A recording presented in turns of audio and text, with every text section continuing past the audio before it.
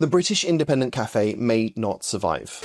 Is our traditional picker-upper in danger of becoming a luxury as prices soar? Well, like other foods, the cost of coffee has gone through the roof. Dear Prime Minister, you say you listen to businesses. I run them. And hospitality isn't failing. Government policy is.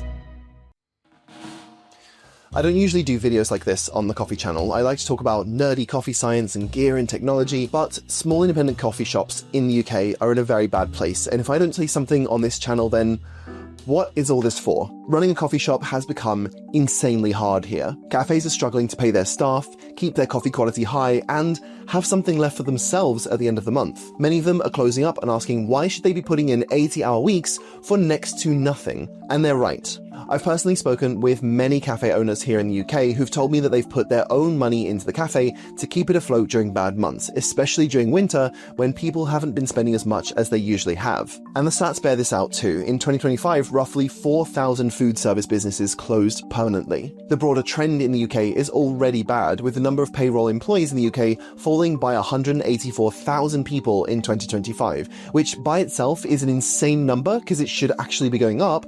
But what's even worse is that food and drink service, it fell more than most other industries by 3.2%. Why is this happening? The answer is simple practical economics. It's become very, very hard to make a profit as an independent cafe, and so the businesses that create cafe experiences and jobs for baristas, roasters, manufacturers, and farmers are suffering too. Small businesses employ the majority of people in this country, and a long time ago, we used to have a government that understood that to keep people employed, you need to make it possible and profitable for people to build their dreams. Small businesses make jobs, not government. When independent cafes close, jobs disappear, sometimes forever. The thing that's hardest about this is that it's not the big chains that are struggling, it's independent cafes. Starbucks last year made £525 million in the UK in revenue, but by using their parent company in the US and paying a £40 million licensing fee to themselves, they completely offset their entire profit in the UK, meaning they paid zero corporation tax. But that's not all. They then buy coffee from their own subsidiary company in Switzerland, so they can declare their coffee costs to be higher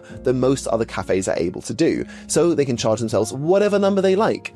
A tax research report alleged that Starbucks' Swiss trading entity marked up the beans by as much as 15 to 18%, which of course they then resell to themselves. And whenever they want to open a new store, they take out loans from their own company to further offset their tax. Now, I don't necessarily blame Starbucks for this. They're doing what everybody does, which is try to reduce their tax burden. But this makes it so much harder for independent cafes to compete and make a profit against companies that basically pay little to no tax, which you can't do when you're a small cafe. And that's really the crux of it. In the UK, the taxes are too high for small businesses to thrive, and big businesses can use clever accounting to pay very little. This gets worse when a cafe's costs increase. A lot of people are very frustrated that buying a coffee at a coffee shop has gotten so expensive, and so this makes it even harder to keep going as people are more likely to make coffee at home or just skip going to a cafe on a regular basis.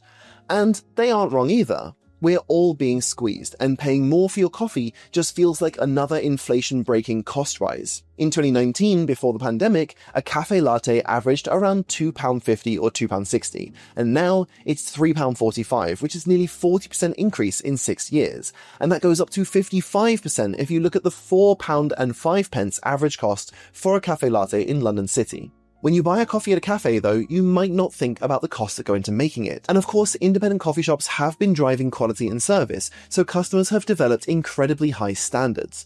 The cafe has to be well designed and decorated, which costs a lot of money. The service has to be timely and visually striking for Instagram pics, and what's on offer has to cater to a wider variety of tastes, with a lot of cafes adding restaurant quality food, matcha, and a lot of other things. And we should have high standards, and it's great when we find fantastic independent coffee shops that meet the standards and exceed them. But that £3.45 coffee that used to be £2.50 just a few years ago costs more because of rising commercial rent, energy costs, staff, global coffee supply chain, machines, construction, designs, the bags, taxes, and all of these things are going up both dependent and independent of one another. Let's start with rent. While small towns and villages rent have increased modestly, high streets and and central London have hit record high increases. Somewhere like Fitzrovia, where some of my favourite cafes are, like Caffeine, Archetype, Kiss the Hippo, Attendant, and Omotesando Coffee, are also being absolutely crushed, with rent rises as much as 21% in 2025 alone. Now, this is highly variable, as some cafes I spoke to about this had landlords that really wanted to support their tenants' businesses,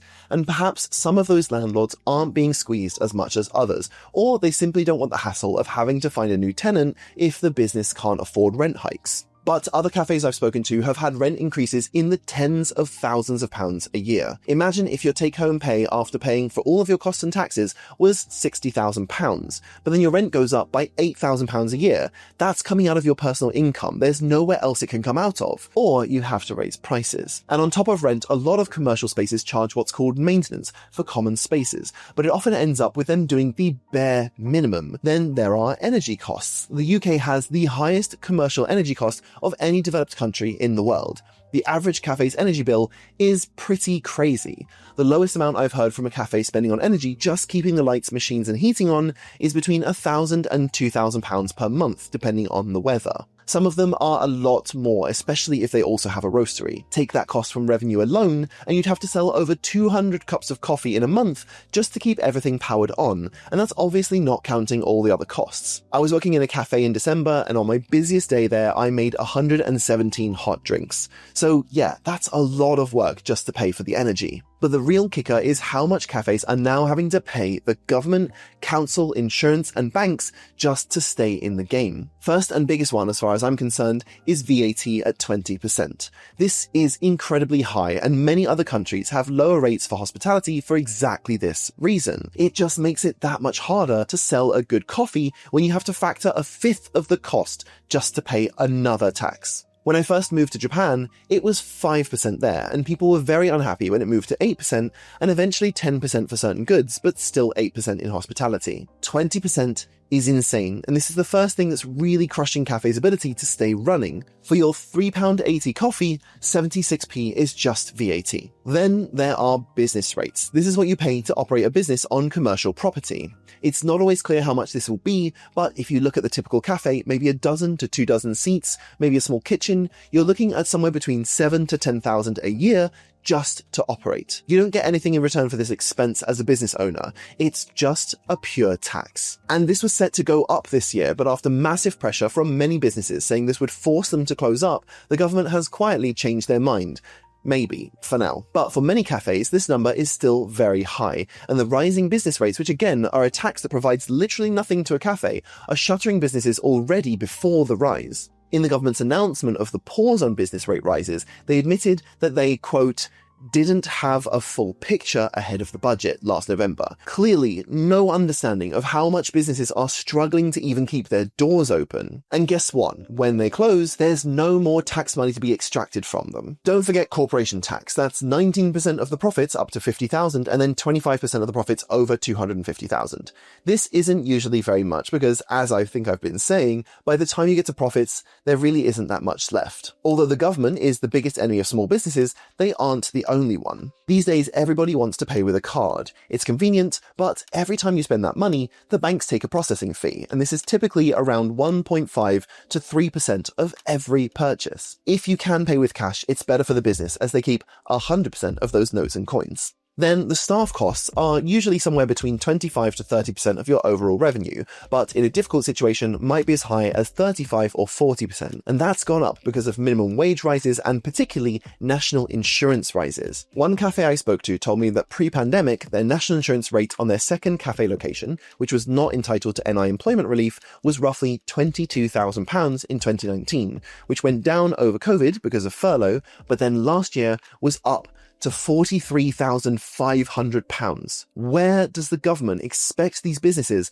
will find this extra money? For a lot of businesses that have been barely keeping their doors open, an extra £2,000 a month for national insurance can mean the owner's personal income from their business halving, or it can mean the business going into the red and the owner having to borrow money to keep the business afloat or shut down. And these are also very hardworking people who've taken a risk to start a business, and they're employing people and providing a community space. They're contribution to society is actually massive. So then tell me, would you work 80-hour weeks at a job and then the end of the month comes and your boss says, thanks for all your hard work and now you owe us £1,000. And if you don't pay up on time, that number goes up. That's the conversation many cafe owners are having with His Majesty's Revenue and Customs and their accountants, and a lot of them are deciding it just isn't worth the stress and cost to hope for better days. Roasteries are also struggling with a massive hike in green coffee prices, really picking up around January 2022, and then another big spike to over $4 a pound in February last year. So if you're a cafe without a roastery, you're kind of beholden to the raised costs of the roasteries,